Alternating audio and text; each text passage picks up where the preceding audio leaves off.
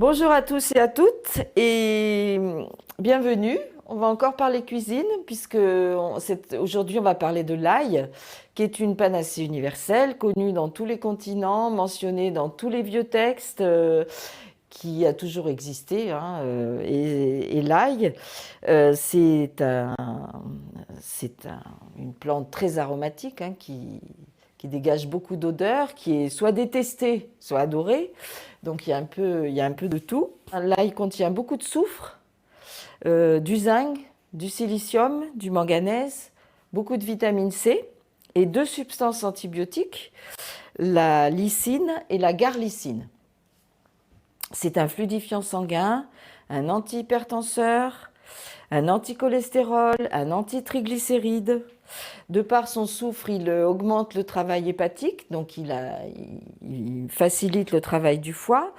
Il est diurétique au niveau du rein. On le donne aussi pour l'oligurie. Alors l'oligurie, c'est quand les gens urinent beaucoup dans la journée, mais très peu à la fois. Ça veut dire que le rein a un peu du mal à travailler. Et donc l'ail va servir à ça, contre l'oligurie. Au niveau antibiotique, on l'utilise pour les infections digestives, les infections pulmonaires, les parasites, donc les infections parasitaires, les mycoses. C'est un antimycosique puissant. Contre les verrues, contre les corps aux pieds. Voilà. Alors la substance antibiotique, la lysine et la garlicine sont détruites à la chaleur. Donc c'est toujours mieux de le manger cru. Mais tout le monde ne le digère pas. Il y en a qui enlèvent le germe en disant que c'est meilleur, etc. Bref, on le digère ou on ne le digère pas. Et bien souvent, quand on ne digère pas, c'est qu'on a un problème avec le soufre. Dans ce cas-là, on ne va pas digérer non plus les radis noirs, etc. Alors, dans l'alimentation, on peut le prendre dans les salades, bien sûr, dans les sauces salades. En soupe, à ce moment-là, il sera cuit, ou alors on le met à la fin de la cuisson. En chemise, alors là il est archi cuit. En chemise, c'est-à-dire qu'on prend une tête d'ail et puis on coupe juste le bout, on met ça au four avec des viandes ou des plats et voilà, ça s'appelle de l'ail en chemise. L'aillé, alors l'aillé c'est de l'ail frais, donc je ne peux pas vous le montrer parce que c'est début juillet. Hein. Début juillet, on a de l'aillé, donc c'est un ail qui est très très frais, qui est plein d'eau, il n'est pas fort du tout.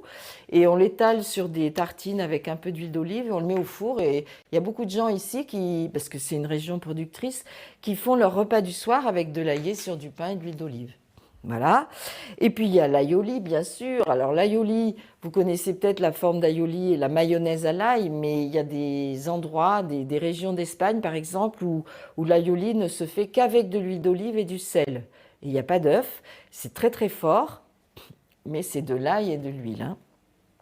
Et puis il y en a qui en prennent au petit déjeuner, dans la compote. Ouh, j'ai vu ça dans des centres de remise en forme 4 étoiles, où tous les matins, les gens avalaient leur gousse d'ail dans la compote.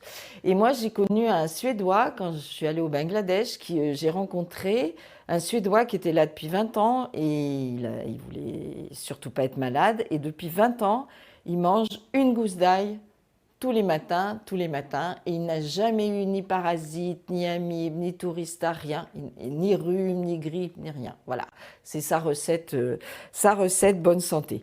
Alors, ça c'est la façon de l'absorber par voie interne, mais dans les soins, on peut l'utiliser en voie semi-interne, par exemple en suppositoire. Alors ça se faisait beaucoup avant, beaucoup moins maintenant. On mettait des gousses d'ail, des petites gousses d'ail qu'on trempait dans l'huile d'olive. Donc on enlevait le bord un peu dur. On trempait dans l'huile d'olive et on mettait ça en suppôt pour les enfants qui avaient des vers, parce que ça détruisait les parasites qui étaient proches de l'anus. En ovule, ça marche très très bien. Alors c'est pareil, c'est une gousse d'ail qu'on trempe dans l'huile d'olive et on met ça par voie vaginale pour tuer les candidats albicans. Enfin, tout de suite, ça enlève la démangeaison et tout de suite, ça soulage. Et ça ne pique pas. Je rappelle que ça ne pique pas. Ça, c'est du semi-externe, du semi-interne, si je puis dire. La cure tibétaine à l'ail, on en a déjà parlé plusieurs fois. Il s'agit de mettre 4 têtes d'ail à tremper dans de l'alcool et ensuite on filtre et puis on a tout un process pour prendre de 1 goutte jusqu'à 25 gouttes par jour et ça dure 2 mois. Et ça travaille sur le foie, les reins, les parasites, la circulation, l'hypertension, le cholestérol, les triglycérides et les infections. Donc c'est vraiment quelque chose de général, mais il est stipulé dans le manuscrit tibétain qu'on doit faire cette cure que tous les 5 ans parce que ça nettoie bien en profondeur et que ce n'est pas la peine de le faire tous les ans. Voilà. Après, ça peut se mettre par voie externe sur les corps aux pieds, sur les verrues. Donc on peut mettre l'ail directement, mais ça peut piquer si on dépasse la zone, par exemple la zone où il y a une verrue. Si on frotte juste de l'ail dessus, ça va. Mais bien souvent, on écorche le reste. Donc il est conseillé à ce moment-là de faire une application avec de l'huile qui a trempé dans de l'ail. Donc là, c'est de l'ail que j'ai haché. On fait tremper dans l'huile d'olive plusieurs heures et ensuite on prend cette huile qui va avoir les propriétés de l'ail. Et on peut mettre sur des plaies, sur des corps, sur des verrues et on peut même mettre dans l'oreille comme on l'a déjà vu ensemble pour les otites. Voilà. Et puis, j'espère que j'ai rien oublié au niveau des propriétés de l'ail, mais je voulais vous parler maintenant d'une autre façon de consommer l'ail qui est asiatique au départ et puis qui se répand maintenant en Europe, c'est l'utilisation de l'ail noir. Alors l'ail noir, c'est pas du tout un ail spécifique, c'est de l'ail blanc. Donc c'est de l'ail blanc qui a été fermenté. Vous voyez, il y a une fermentation qui est très longue, supérieure à 10 jours et avec une chaleur parfois supérieure à 90 degrés et de l'humidité. Et alors ça se fait tout doucement, tout doucement. Et c'est un process qui est quand même particulier. Ici, on a des agriculteurs qui font de l'ail noir. Si c'est cher, c'est parce que c'est très long à fabriquer et qu'il peut y avoir de la perte aussi. Et cet ail noir, alors c'est 2 aliments complètement différents, ça n'a pas le même goût. Il y en a qui aiment beaucoup l'ail blanc et qui ne supportent pas l'ail noir parce que c'est douceâtre, c'est un peu sucré, c'est très doux, ça n'a pas du tout le goût d'ail en fait, ça a complètement transformé l'aliment. C'est riche en polyphénols. Les polyphénols, c'est antioxydant majeur, donc c'est un antioxydant encore plus que l'ail blanc.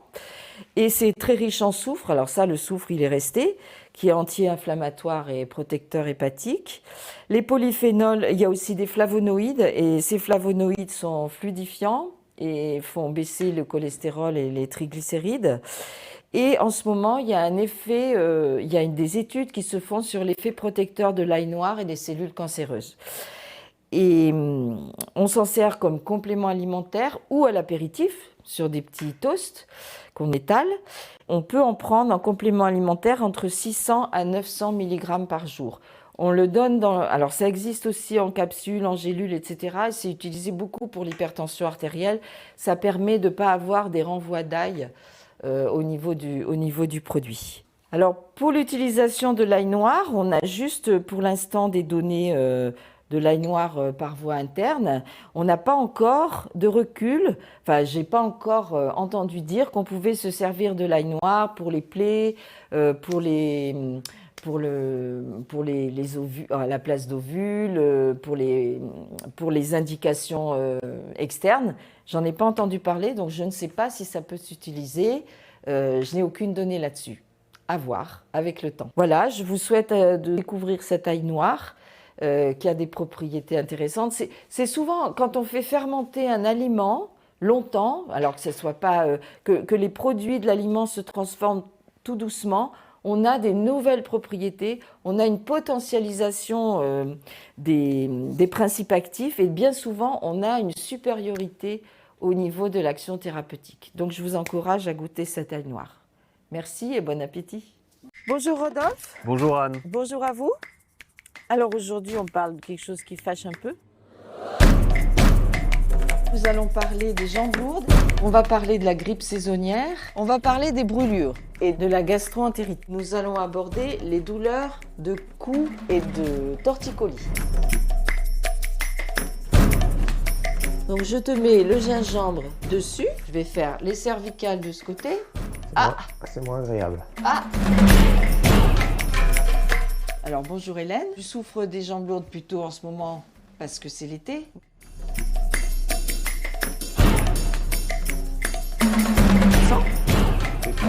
la pose dessus, tout de suite ça calme. Voilà, il y a énormément de remèdes, donc je vous encourage à passer quelques temps avec moi dans ce programme vidéo où on va découvrir la douleur sous toutes ses facettes et les remèdes aussi. Merci et à très bientôt.